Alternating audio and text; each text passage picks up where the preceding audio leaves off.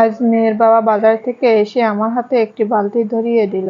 বালতিটা নেওয়ার পরে মেয়ের বাবাকে বললাম, কি আনছো বালতিতে? সে আমাকে বলল, তোমার জন্য এক বালতি ভালোবাসা নিয়ে আসি। প্রতিদিনই মেয়ের বাবা বাজার থেকে আসার সময় কিছু না কিছু নিয়ে আসে। আজকে দেখি হঠাৎ একটা বালতি নিয়ে আসলো। আবার সে বলল আমার জন্য নাকি এক বালতি ভালোবাসা নিয়ে আসছে। তো আমি খুব এক্সাইটেড ছিলাম বালতিতে কি আছে দেখার জন্য। তো বালতিতে দেখি বাসার কিছু প্রয়োজনীয় জিনিস আনছে আর মেয়ের কিছু খাবারও আনছে। আর এটাই নাকি তার ভালোবাসা। আগে দেখতাম গোলাপ ফুল দিয়ে ভালোবাসা প্রকাশ করতো, এখন দেখি বালতি দিয়ে ভালোবাসা প্রকাশ করে। এটা কেমন ভালোবাসা? এর জন্য মনে হয় মেয়েরা বলে, আমি হয়ে তোমার সংসার করে গেলাম, অন্য মেয়ে হলে তোমার সংসার করতো না। আপনারাই বলেন, এরকম বালতি দিয়ে ভালোবাসা প্রকাশ করলে তার সংসার কি করা যায়? পরবর্তীতে মেয়ের বাবাকে ডেকে বললাম, এ কেমন ভালোবাসা? তোমার বালতি ভরা ভালোবাসা তুমিই নাও, আমার লাগবে। যাই হোক, এতক্ষণে বুঝলাম আমি তাকে ফোন করে বাসায় কিছু প্রয়োজনীয় জিনিস আনতে বলছিলাম, তাই আনছে। আর এদিকে মেয়ের বাবার একটা ভালো গুণ আছে, সে যখন বাজারে যায় দেখে শুনে কেনে। ও সবসময়ের জন্য চেষ্টা করে বাজারে গেলে বেছে বেছে ভালো কিছু আনার জন্য।